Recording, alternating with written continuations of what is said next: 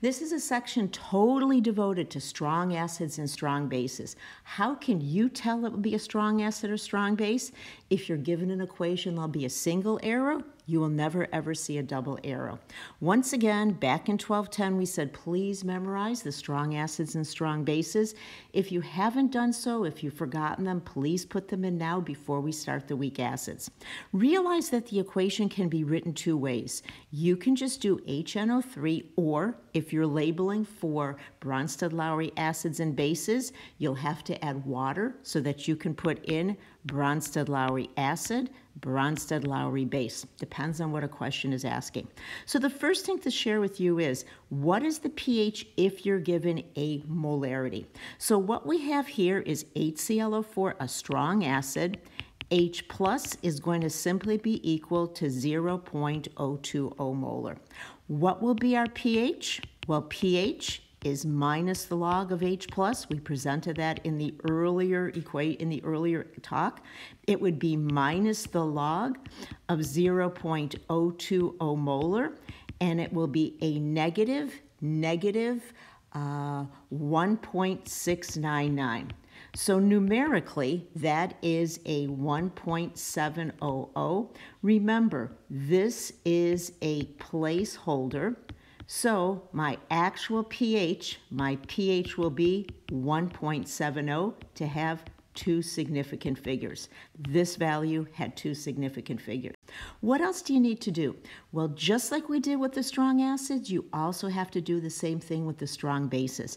And it's really important. When we get into chapter 17, calculations get pretty complicated. So I just want to make sure everybody has a good handle on this. If someone asks you what's the pH of 0.020 molar calcium hydroxide, please write your equation so you're solid, then realize the OH minus requires you to take 2 of that concentration because there are 2 OH minus groups, and we come up with a 0.040 molar solution. Now, just like in many other parts of this course, there's a choice, 2 different ways to proceed. You can go via the H3O plus, or you can go via the POH. I'll do the H3O plus first. Remember, we had Kw is H plus times OH minus. All I'm doing is rearranging that equation for H3O plus.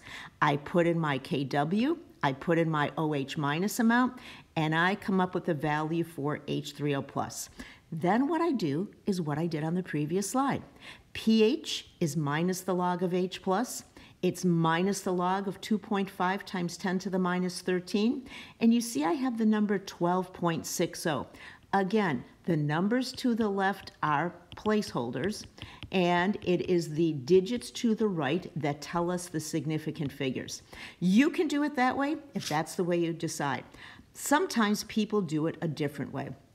They may say, I'm going to find the POH because that's minus the log of OH minus. That is the value that I was given. So I have a negative in front of a negative 1.397, and my POH will be 1.40 if I'm stopping at that point. However, this asked for the pH. Why did I do it that way? Well, maybe you just like it this way. 14 minus POH, where did that come from? 14 equals pH plus POH. I am now solving for pH. I plop in my number for POH. I come up with the value 12.60, and once again, 2 significant figures for my answer of 12.60. Now, this is going to be 1/5 of a problem in chapter 17. You really want to be able to flow through this very, very smoothly, very, very automatically. It may take time to get there, but the time invested now can make all the difference in the world. So there's a couple different versions. Like, just keep thinking this is like mathematical gymnastics. Here we have the calcium hydroxide. You are given a pH. They ask you, what is the H plus? What is the OH minus? Well, I'm going to do it this way. I know that pH plus POH equals 14. I've got that POH. So I would say my POH is equal to 14 minus 12.75. That's going to give me the value 1.25. What will I do after that? Well, I'll say OH minus is equal to 10 to the minus POH. It's going to be equal to 10 to the minus 1.25. Numerically speaking, 0.0562.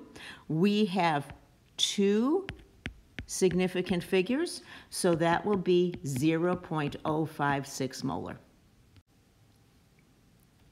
This was for my OH minus. What about my pH? Well, I kind of almost went there already. In terms of my H plus, I will have 10 to the minus pH, which is 10 to the minus 12.75, which is equal to 1.77 times 10 to the minus 13 molar. And since I have two significant figures, 1.8 times 10 to the minus 13 molar. I sat here as I prepared this and I said, what are they going to do with all these numbers? Do some fresh problems. Head into your textbook. Do the end of chapter problems. Do them until things flow. It takes a while to get these, but again, it's 1/5 of a later problem. What's the last problem? It says, what is the pOH of a 0.02 molar HClO4? Well, if you look back at this section, we found that the pH was equal to 1.70. To find my pOH, I will take 14 minus the pH, which is 14 minus 1.70, and that will be equal to 12.30. Again, practice. I can't emphasize that enough. Don't just look at someone's worked solutions, cover them up, and do them on your own. Well, that's the end of this section.